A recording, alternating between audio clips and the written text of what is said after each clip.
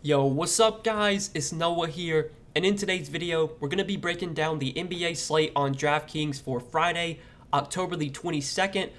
We got a 10-game slate for Friday. We got another big slate to go over. As always, guys, we're going to go game by game. We're going to talk through each game on the slate, kind of give you guys my thoughts, the players I'm looking to target from each team. You know, there's going to be some games we kind of fly through. There's going to be games I don't have much interest in, and then there's going to be some that we spend more time on. There's going to be a lot of plays that I like from certain games, so we'll just kind of try and go through this quickly. Since it is 10 games, this might be a little bit of a longer video, but I'll do my best to just shorten it down for you guys, make it as brief as I can. But before we get started with the breakdown, as always, I would appreciate it if you would click that like button down below. Be sure to click that subscribe button as well if you are new here. I'm uploading a ton of NBA content right now. Now that the regular season's finally here, I'm trying to make NBA videos just about every single day. I'm still trying to get up NFL videos as well, maintaining both sports. So make sure you hit that subscribe button, and also comment down below. Let me know some of your favorite plays on tonight's slate. Maybe let me know how your day went for Thursday.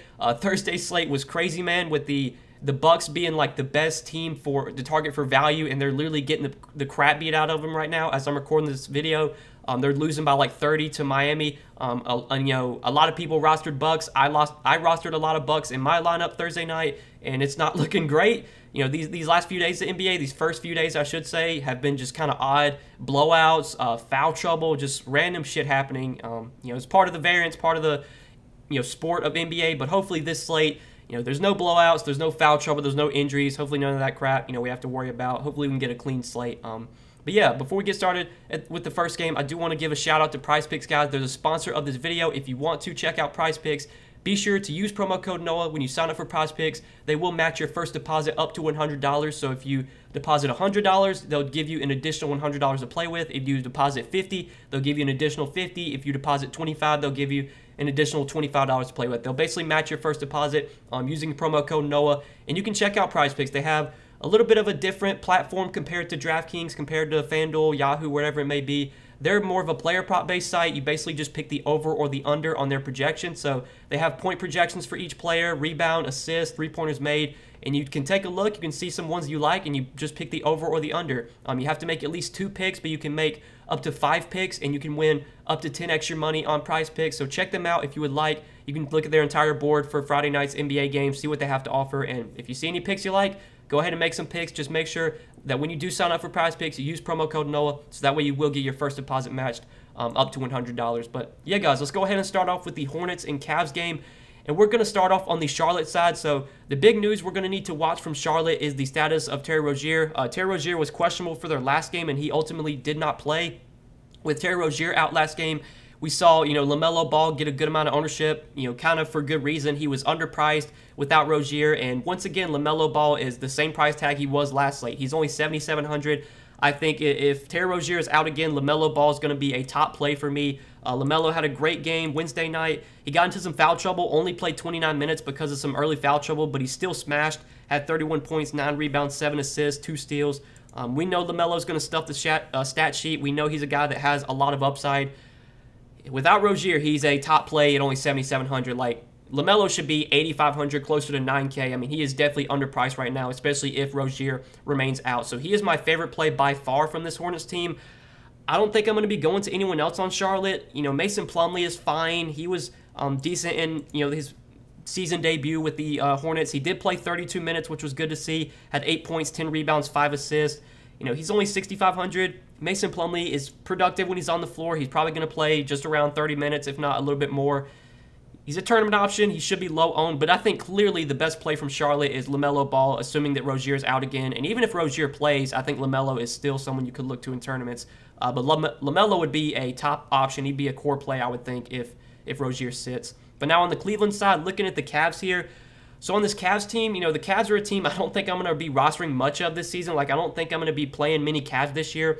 Evan Mobley was kind of the bright spot for Cleveland in their opening night game. He did have a really big game, played really well.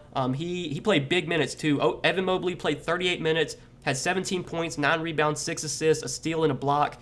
He was pretty cheap on the last slate, but now he's $6,900. I mean, if Evan Mobley plays 38 minutes again, he could definitely put up 40 DraftKings points and still be a good play at $6,900. But at this price point, I don't think I'm going to go to Evan Mobley. Colin Sexton, I think, is more of just like a tournament play. He was really bad in their opening night game, did not play really well. I think, Colin Sexton could bounce back here, going to be really low owned, but there's no standout plays from Cleveland. Overall, my main interest from this game is LaMelo Ball, especially if Terry Rozier sits again. Do want to mention, though, that Darius Garland is questionable. I think if Darius Garland does not play, that would be a big, I wouldn't say big, but a pretty nice bump up for Colin Sexton. I would have a little bit more interest in Sexton, but I still don't think Sexton would be like a core play or anything. So that kind of does it for this game. I think we can go ahead and move on to the next one, the Pacers and the Wizards. So this is one I think we're going to spend a lot of time on. This is one I like a good amount from both sides. Starting off with the Pacers here, as you can tell by the thumbnail, Domantas Sabonis, 9K against the Wizards. Love Domantas Sabonis today.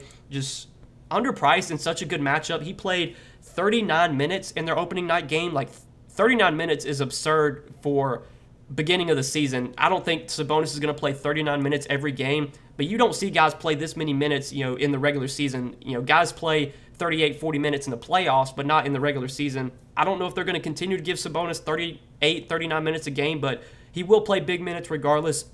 We know Sabonis is really productive when he's on the floor. He got off to a really hot start. Wednesday kind of cooled down in the second half, but still finished with around 50 fantasy points against Charlotte in their opening night game. I think Sabonis is probably one of the best pay-up options, in my opinion, on this slate. The Wizards, they played at a fast pace last year.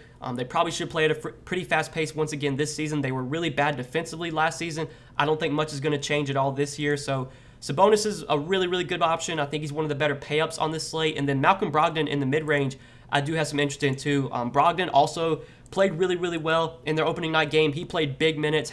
He played 40 minutes, had 51 fantasy points, 28 points, 4 rebounds, 11 assists, and a block as well.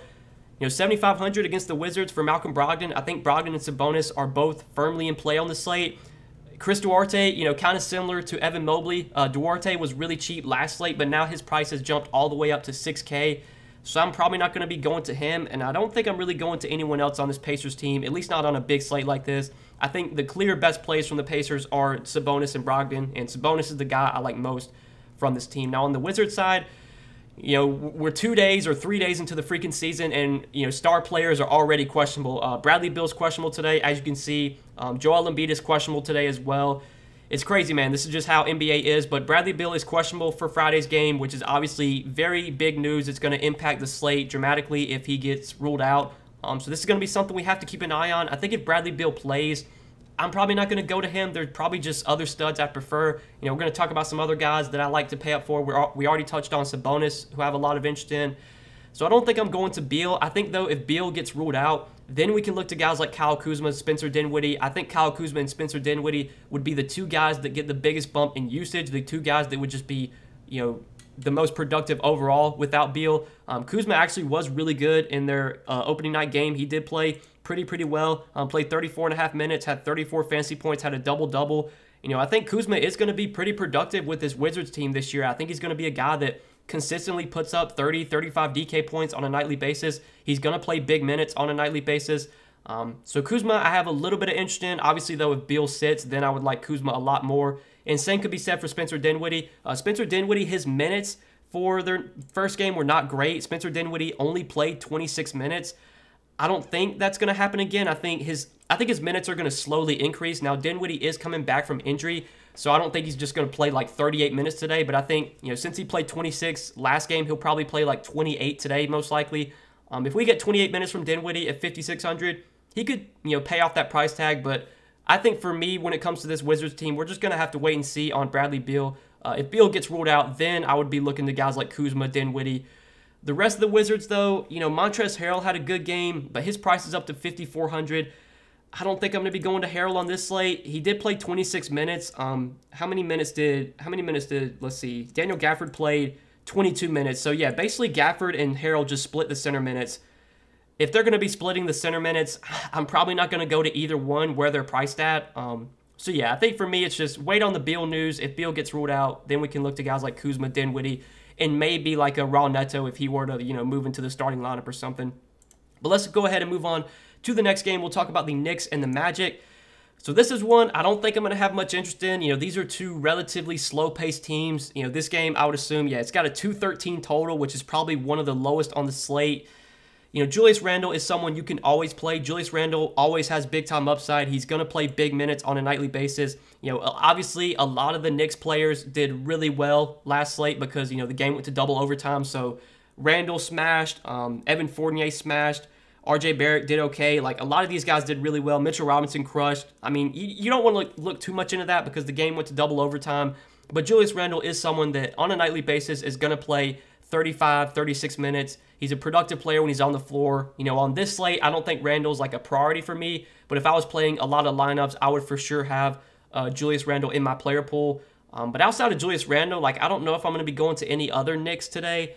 If Taj Gibson's out again, then maybe we could go to Mitchell Robinson. Now, Mitchell Robinson, I think without Taj Gibson, we'll see, pretty consistent minutes. With Taj Gibson, if he were to play, I think that would make Robinson's minutes a little bit more sketchy, but Robinson did play 34 minutes last game in double overtime.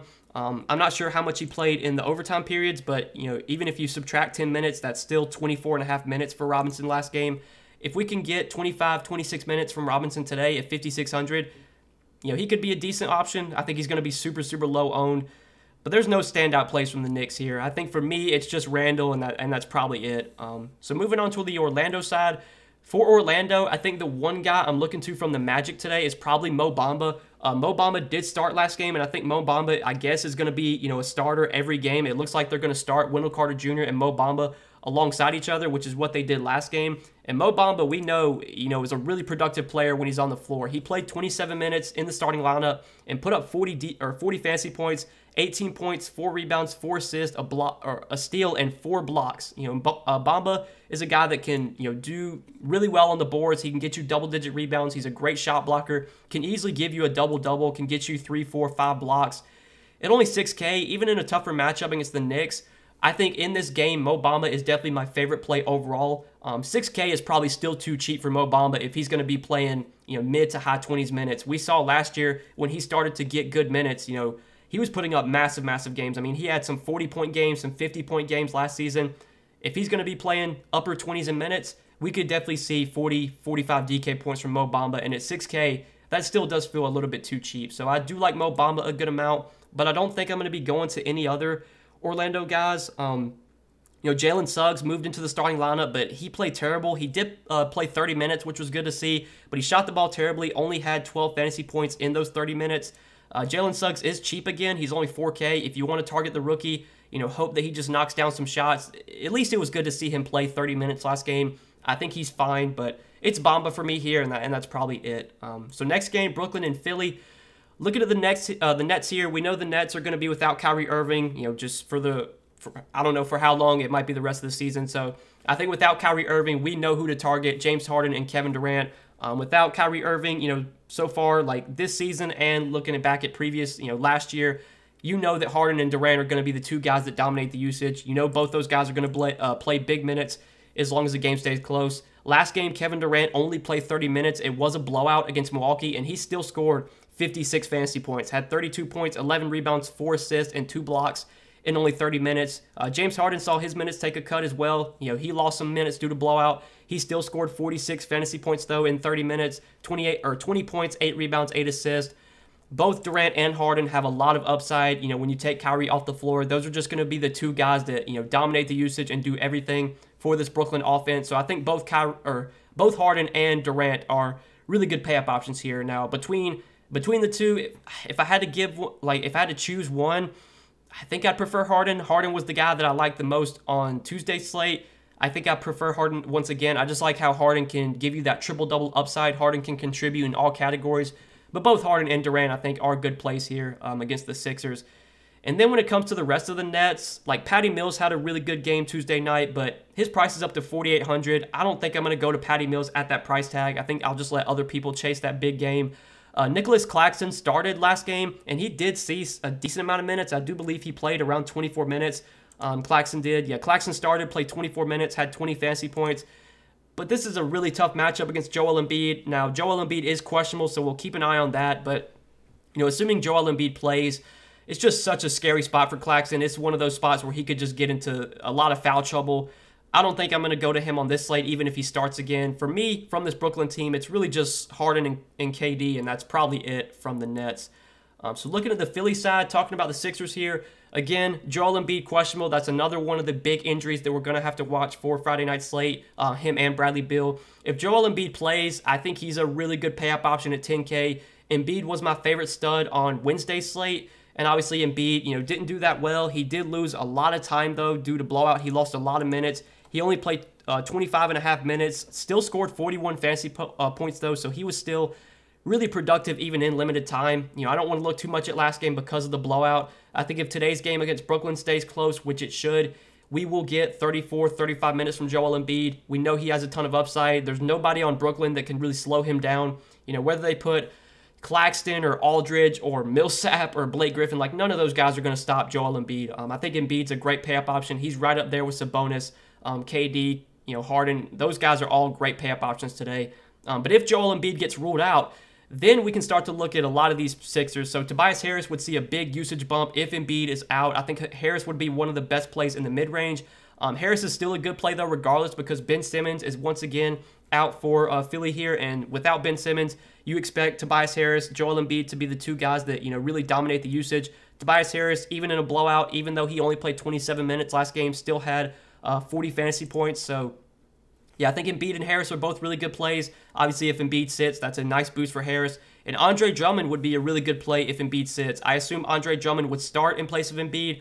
Andre Drummond, even off the bench, was super productive last game. He didn't play a ton of minutes. He only played 19 minutes, but he scored 38 fantasy points, had 6 points, 17 rebounds, 3 assists, 2 steals, and 2 blocks. That's the Andre Drummond that we know. The guy that used to play for Detroit that would just stuff the stat sheet, would do everything, that would put up 50, 55 fantasy points on a nightly basis. I think Drummond still has good fantasy upside. It's just a matter of if he's going to get minutes. If Embiid's healthy, obviously we can't expect Drummond to get any minutes. But if Embiid is out, yeah, I would love Andre Drummond at 5,500. And then Maxey is the last guy I want to talk about from Philly. With Ben Simmons out again, I expect Tyrese Maxey to start once again. Maxey was very popular last slate. He was one of the most popular plays overall. I think even on today's slate, even though his price went up to 5,300, I do still expect Maxey to be very popular. He played 33 minutes, had 34 fantasy points, 20 points, 7 rebounds, 5 assists. We talked about how without Ben Simmons, Maxey's going to be basically the primary point guard. He's going to have the ball in his hands a ton. He's going to play big minutes as well. And Maxey has always been a relatively productive player when he gets minutes. Even playing alongside Embiid and Tobias Harris, he still showed last game that he has upside playing alongside those guys. So at 5,300, even with the price coming up, I still think Maxey is a really good play today. I like him a lot. I like Embiid a lot. I think Harris is a great option too. And then if Embiid sits, that just makes me like Harris even more. I would like Maxey even more. And Andre Drummond would be a great play if Embiid were to get ruled out. But yeah, let's go ahead and move on to the next game. I think that's it for that one. Move on to Toronto and Boston. So Toronto, kind of another team that was popular last slate. Toronto, there was a lot of chalk on the Raptors. Fred VanVleet, Scotty Barnes, Precious Achiuwa when he was announced as starting. All those guys got a lot of ownership, and on this slate, they're all still really cheap. I don't know why, but Fred VanVleet was 7,500 last slate. He didn't do very well, but his price went down to 6,900. I still like Fred VanVleet a lot today. I don't know why his price tag went down. Honestly, I'm kind of glad that he did bad last game. I hope that kind of lowers his ownership for today. He still played pretty good minutes. The Raptors as a whole, as a team last game, were just terrible. They didn't play very well. They only scored 83 points, but VanVleet still got big minutes. He didn't have a good game, but I'm still fine going. I'm fine going right back to VanVleet here, especially with the price tag coming down to 6,900. Without Pascal Siakam, with him out right now, with Kyle Lowry no longer on the team, I expect VanVleet to be the highest usage player in this Raptors offense. I expect him to be a guy that consistently puts up 40-plus fantasy points, and 6,900, that's too cheap for Fred VanVleet. So I like going right back to Fred VanVleet. I think Scotty Barnes is a value play, makes some sense. Now, his price tag did go up a little bit, but still only 4,500. Scotty Barnes did play big minutes last game in his first NBA start. He did play 32 minutes. Wasn't super productive, only had 21 fantasy points, but the minutes were there, which is what we want to see. If Scotty Barnes starts again, I think we can expect him to play 30-plus minutes again. And for 4,500, he's a value play that I will definitely be considering on this slate. And then Precious Achiuwa, the last guy I want to talk about. Precious Achiuwa did start last game, and I assume he will start once again. I'm assuming he's going to be the starting center for the Raptors, just kind of moving forward. We'll have to see. But Achua only played 18 minutes last game, but I really don't want to look into that because he was in foul trouble. He was limited by foul trouble. He would have played way more than 18 minutes had he not been in foul trouble. He still did put up 19 fantasy points, though, in those 18 minutes. We saw last year when Achua was with the Heat, whenever he got playing time, he was a guy that would put up, around a fantasy point per minute. I do expect him to be about a fantasy point per minute player, and if he starts, I think we can expect 24, 25 minutes as long as he can stay out of foul trouble. 3,600. I think Precious Achiuwa is once again a top value play, assuming that he starts. I played him last slate. I'm obviously tilted about what happened, but I'm fine going right back to him if he starts again. So, yeah, those guys, Van Vliet, Scotty Barnes, Precious Achiuwa are my 3 favorite plays from Toronto. There's some other guys you could throw in there, like Goran Dragic, I don't mind. OG, I think, is a fine tournament option. He should be really low owned, but the 3 guys we just mentioned are like my standout plays from this Raptors team. But now on the other side here, talking about the Celtics, there's not too much I really like on the Celtics today. They were also a team that benefited last game because of, double overtime. So you saw Jaylen Brown have a massive game. You saw Robert Williams have a massive game. You could go to Jaylen Brown, Jason Tatum in tournaments. Jaylen Brown is probably going to be over-owned today. I think he's someone that I would just full fade. He had a massive game in double overtime against the Knicks. He couldn't miss a shot. But if people are going to just chase that performance, I'm totally fine just fading Jaylen Brown. Tatum did have a bad game last game, even in double overtime. He didn't do that well. He only scored 42 fantasy points. I think Tatum makes some sense in tournaments. Between Tatum or Brown, I would definitely rather play Jason Tatum. And then Robert Williams, I think, is fine, but his price tag went up a little bit to $6,200. He did play a ton of minutes, though, which was great to see. Robert Williams is one of these guys that, for some reason, it just seems like the Celtics never play him big minutes, but he played 44 or 45 minutes in that double overtime game, so he played 35 minutes at the end of regulation. I don't think we're going to get like 35 minutes again from Robert Williams, but if we do, Robert Williams is a super, super productive player when he's on the floor. If he gets anywhere near 30 minutes, I think he can easily pay off 6,200. He can easily smash value on this price tag, but I'm a bit worried that he doesn't see those massive minutes again. They normally cap him around like 26, 28 minutes. With the price up, I'm fine just kind of avoiding Williams, but he at least has upside. We know that. It's just the price tag does scare me a little bit, that price tag coming up. He was like 5,100 last slate. I thought he was a really good play then. Today, not so much. So, yeah, I think that does it for this Celtics team. Al Horford is questionable, so, yeah, keep an eye on that. If Al Horford plays, that would definitely lower my interest in Robert Williams.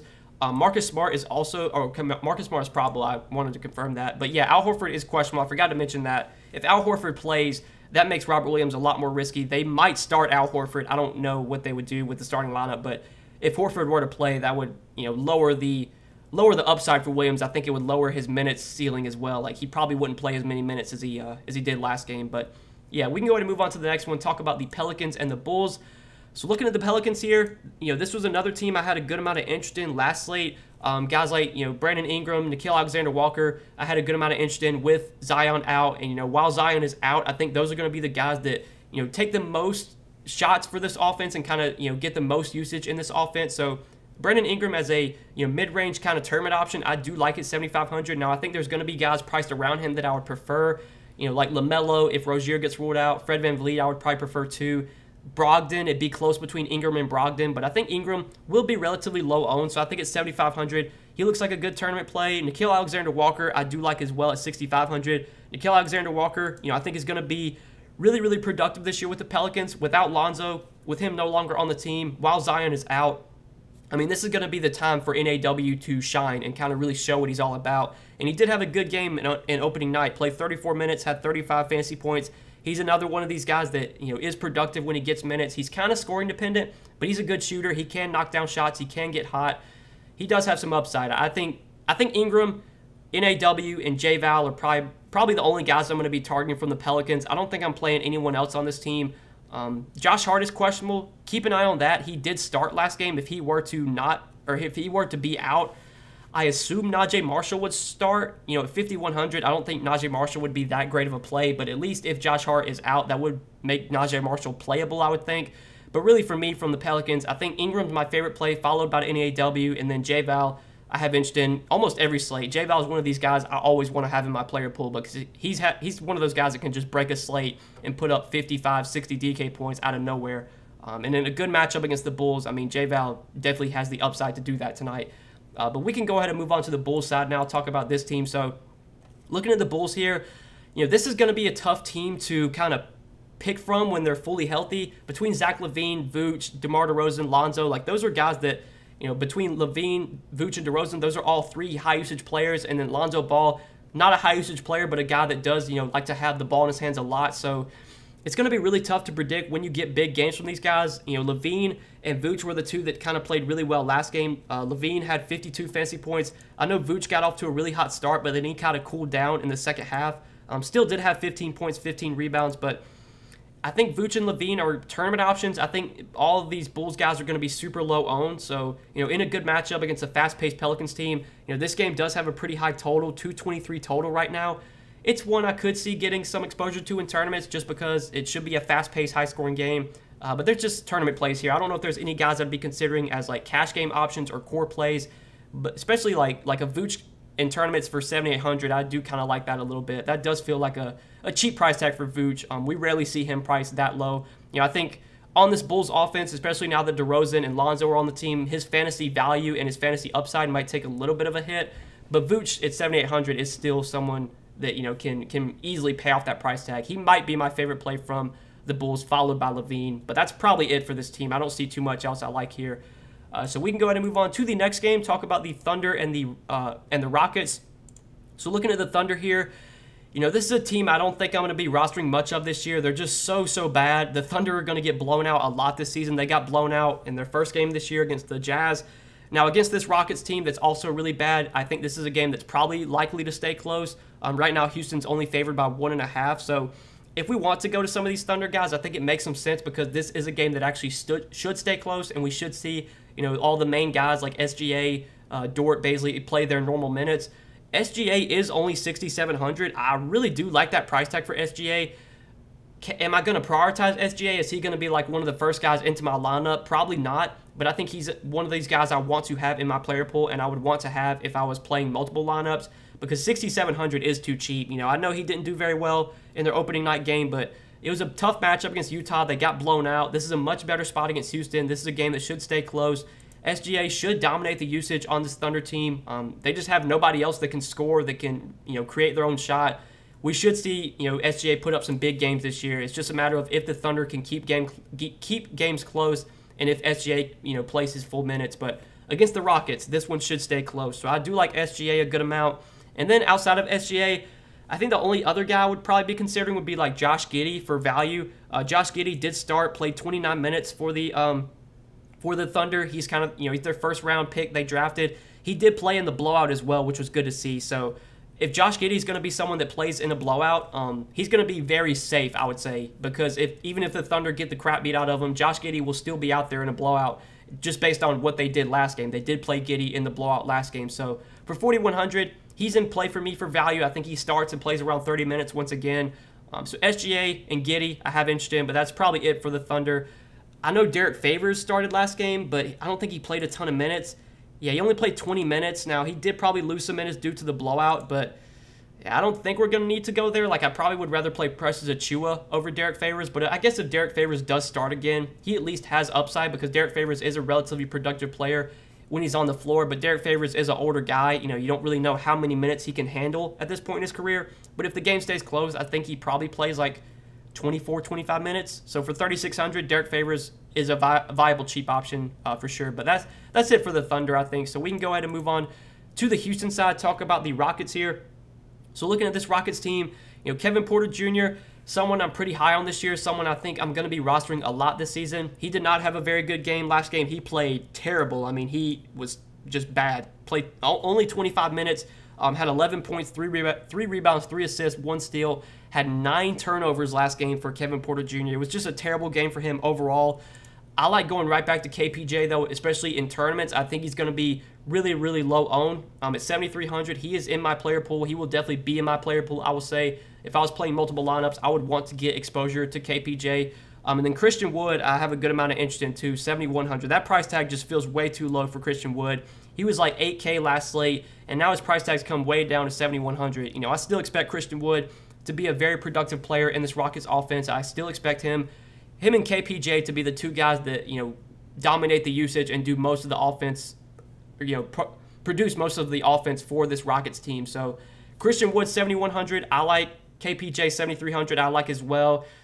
Probably it, though, for the Rockets. Jalen Green was a pretty popular value play last slate. He was only 4,200. His price tag came up to 4,800 today, but he did start last game, and he did play pretty decent minutes. He played, let me see. Yeah, he played 32 minutes, had 22 fantasy points.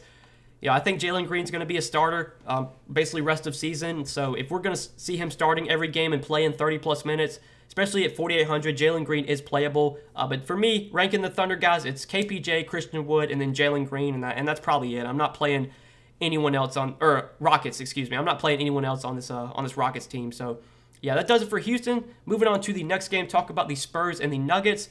On the Spurs here, this is a pretty easy team for me. There's not too much I like here except Dejounte Murray. Dejounte Murray is someone I'm also very high on this season. I think Dejounte Murray is poised for a breakout year. You know, he's clearly going to be the offensive, kind of fire starter for this Spurs team. Without DeMar DeRozan, the offense is going to run through Dejounte Murray. We're going to see Dejounte Murray have a lot of big games this year, and he had a big game right out of the gate, opening night against Orlando. Played 31 minutes in a blowout, had 15, 6, and 8 with 4 steals, 43 fantasy points from Dejounte Murray. Tougher matchup against Denver, not the best game environment, pretty low total game, but I think Dejounte Murray at 7K is going to be someone that I consistently play this year. He's going to be low owned most nights, especially when the matchup's not great like it is for this game, or for this, tonight. So 7K Dejounte Murray, I like in tournaments, and that's probably it for San Antonio. Looking at Denver, though, talking about the Nuggets here, Nikola Jokic, you can play Nikola Jokic almost any slate. I think Nikola Jokic, once again, is a good pay-up option. Now, there's a lot of spend-ups. It's a 10-game slate. You have KD and Harden, who we've already talked about. You have Sabonis. You have Embiid, assuming he plays. How I would rank Jokic between those studs, I think I would put him like probably 5th between those guys, but Jokic is someone I would have in my player pool. If I'm building out my lineup and I have enough salary for Jokic, I'm totally fine playing him. I don't see really anyone on San Antonio slowing down Jokic. Jokic did kind of have a bad game to start off the season, only put up 48 fantasy points, but we know Jokic can put up a triple-double any night. We know he has 60, 65, even 70-point upside. Jokic is really the only guy I'm looking to from Denver. I'm not playing anyone else on this Nuggets team, I don't think. That's probably it for Denver. So next game, last two, Phoenix and the Lakers. So starting off with the Suns, the Suns last slate, I literally had no interest in anyone on Phoenix. I didn't roster anyone on Phoenix. Nobody from the Suns was in my player pool last slate. I think that's going to be the case once again. Like, this team they're appropriately priced. Like, nobody stands out at their price point. If you forced me to roster a Sun today, like, it would probably be Chris Paul. He would probably be my favorite.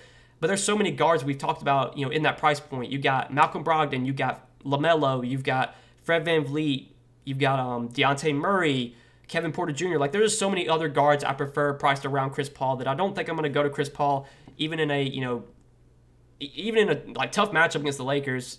I just don't think Chris Paul's going to make my player pool. So if I had to rush someone from Phoenix, it would be him. But really, there's nobody on this Suns team that stands out. So talking about the Lakers now, looking at this Lakers team, LeBron and AD, both of them did have really good games opening night. Even though the Lakers lost, LeBron had 56 fantasy points. AD had 58 fantasy points. Both guys played big minutes. LeBron played 36, almost 37 minutes. AD played 39 minutes. I don't know if we're going to see those guys play that many minutes this early on in the regular season, but clearly LeBron and AD still have big-time upside. Even though they're playing alongside Russell Westbrook now, you can still get big games from AD and LeBron. Now, am I going to play them on this slate? I don't think so. I think there's just too many other studs I prefer, too many other guys we've talked about that I'd rather play over LeBron and AD. But if I had to roster anyone from this Lakers team, it would be those two guys. I think I'd give the edge to LeBron, but it would definitely be close. Westbrook was terrible in his debut with the Lakers. Like, he was so bad.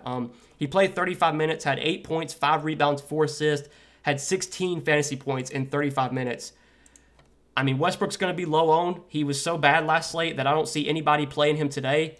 Anytime you can get a low-owned Russell Westbrook at 8,600, I mean, yeah, that's going to be appealing in tournaments. But to say I have a lot of confidence in Westbrook right now would just be a lie.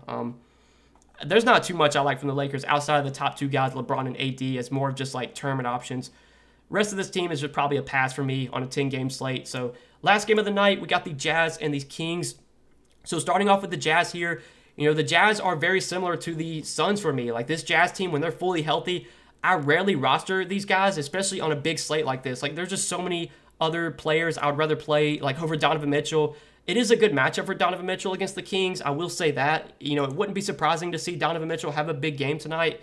But there's too many other guys I'd rather play. There's other centers I'd rather play over Rudy Gobert. Like, I'd rather play Christian Wood for cheaper over Gobert. I'd rather try and get up to, you know, Jokic or Embiid if I'm paying up at center.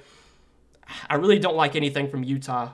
There's not much on this team that I really love. Even in a good matchup against Sacramento, this team is just one I typically avoid when they're fully healthy, especially when everyone's priced correctly like they kind of are right now. Now on the Sacramento side, you know, tough matchup against the Jazz, pace down spot. You know, the Jazz play super slow. They're a pretty good defensive team. De'Aaron Fox is the one guy I would be considering from Sacramento just because De'Aaron Fox has big-time upside. You know, he was pretty decent in their opening night game against Portland. Played 36 minutes, had 43 fantasy points. We know De'Aaron Fox can put up a big game any night. You know, is he likely to go off against the Jazz? Probably not. But if I had to roster someone from Sacramento today, it would be Fox for me. The rest of the Kings, though, are all appropriately priced. You know, Harrison Barnes had a massive game. He had 55 freaking fantasy points, but I'm not playing Harrison Barnes at 7,300 on a 10-game slate. I mean, there's no fucking shot. So, yeah, that does it for this Kings team, I think, and I think that does it for this slate, guys. I think we broke everything down. Tried to go as quick as I could. You know, this video is still probably pretty long, but I tried to break down everything, you know, the best I could, give you guys my kind of thoughts on this slate, what I'm liking from each team. So, yeah, I hope you enjoyed the video. I appreciate you watching, guys. Click that like button down below before you do get out of here. Click that subscribe button as well. And be sure to comment down below. Let me know some of your favorite plays for tonight's slate. And lastly, check out PrizePicks if you have not yet. Use promo code Noah when you sign up for PrizePicks. You can check out their entire board for Friday night's NBA games. You can see all the projections they have listed. And it's very simple. You just pick the over or the under on some of the projections they have listed. So if you want to check them out, just make sure when you sign up, you use promo code Noah. Link down below in the description. But good luck on this big Friday night slate, guys. I appreciate you watching the video. Hope you enjoyed. We will see you in the next one. Peace.